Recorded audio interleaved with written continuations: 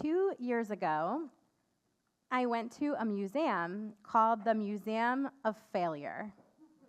Was anyone there with me for that? By the way, it's permanently closed, whatever that tells you. The museum tells the stories of dozens of failed ideas and products. Bottled mineral water for dogs and cats, crispy beef flavor for dogs, tangy fish for cats, grass skis. I want you to think skis with rollerblade wheels. There is a video of this on YouTube for those who want to practice skiing in the summer. And my personal favorite, a doll named Little Miss No Name. The doll, meant to be an alternative to Barbie, was dressed in rags, had big brown eyes, and a teardrop on her face. The inventors hoped Little Miss No Name would cultivate compassion and empathy, but the doll was an epic failure, okay? This is not her, but she looked like this, okay? She looked so scary that children were terrified of her. Okay, this is Chipper, by the way, a doll that my daughter picked out a few months ago. The museum was fun and funny and centered around a message that we all need to hear, especially during the days between Rosh Hashanah and Yom Kippur. The museum's stated premise was all progress is built on learning from past failures and mistakes. Inventors and innovators determine what to do next or what not to do at all from what doesn't work. As we look back on our own failures and mistakes from last year, what will we learn and how will we grow? The idea that failure is part of the human condition is baked into our Jewish tradition. The book of Ecclesiastes from the Bible, which we'll study soon during which holiday? Sukkot, good job, says, there is not one good person on earth who does what is best and doesn't err. The book of Proverbs tells us that 7 times the righteous person falls and gets up, while the wicked are tripped up by one bad thing. And there's an old Yiddish adage that says that a tzaddik is not just a person who is righteous, fair, wise, and highly respected, but a tzaddik is someone who makes new mistakes. As if to say that if we don't make new mistakes, we'll cease to learn or grow. So a story that some of you may have heard me tell before, but I really love it. Long ago, in Jerusalem, lived a boy named Natan. Natan had a miraculous gift. He could make anything grow: flowers, trees, bushes. Natan lived in a kingdom led by a very old king. The king knew that it was time to choose an heir. He was tired and frail. How would he choose the right person to succeed him? Well, the king loved flowers more than anything, so he decided to hold a contest. The king issued a decree for all children and their parents to come to his garden to collect a flower pot and seeds.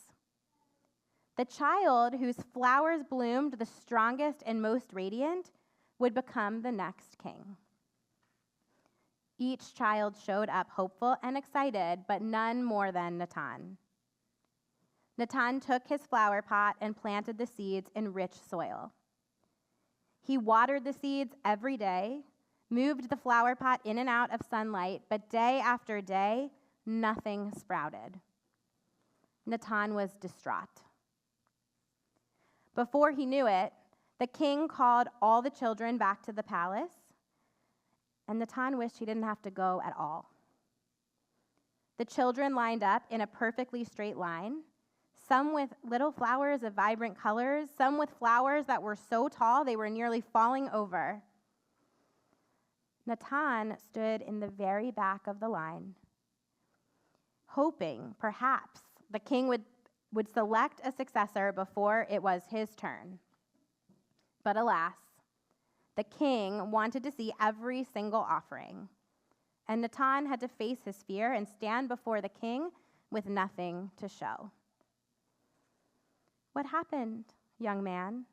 the king asked with unexpected compassion. "I don't know," said Natan. "This has never happened to me before. I watered my seeds every day. I moved the pot into the sun and out of the sun. I gave it extra fertilizer and enriched soil, but nothing will make it grow." The boy and the king stood looking at each other for what felt like a long time. Natan took a breath and said, "Your Majesty, I want to learn what I did wrong. Perhaps you could teach me how to make this plant grow." As soon as the king heard Natan's words, he exclaimed, "I have found my successor, the person who strives to learn and grow from their failures. This is the kind of person fit to lead a kingdom." Soon after the contest, the king died. Natan became a great leader, a gift to the people of Jerusalem, a king who understood that he would make mistakes and that those mistakes would help him grow. I don't know about you, but during the High Holy Days, I feel a little bit like Natan. I stand before God knowing that in a lot of ways, I didn't succeed on what I set out to do. I didn't reach my full potential in 5785. We stand before the open ark and we sing, "Avinu Malkeinu, Chonenu Vanenu, Avinu Malkeinu, Chonenu Vanenu, Ki ein banu masi." Our Father, our King, our parent, our ruler, be gracious to us and answer us, for we have little merit. We chant these words, and maybe we think to ourselves, I gossiped with friends more than I should have.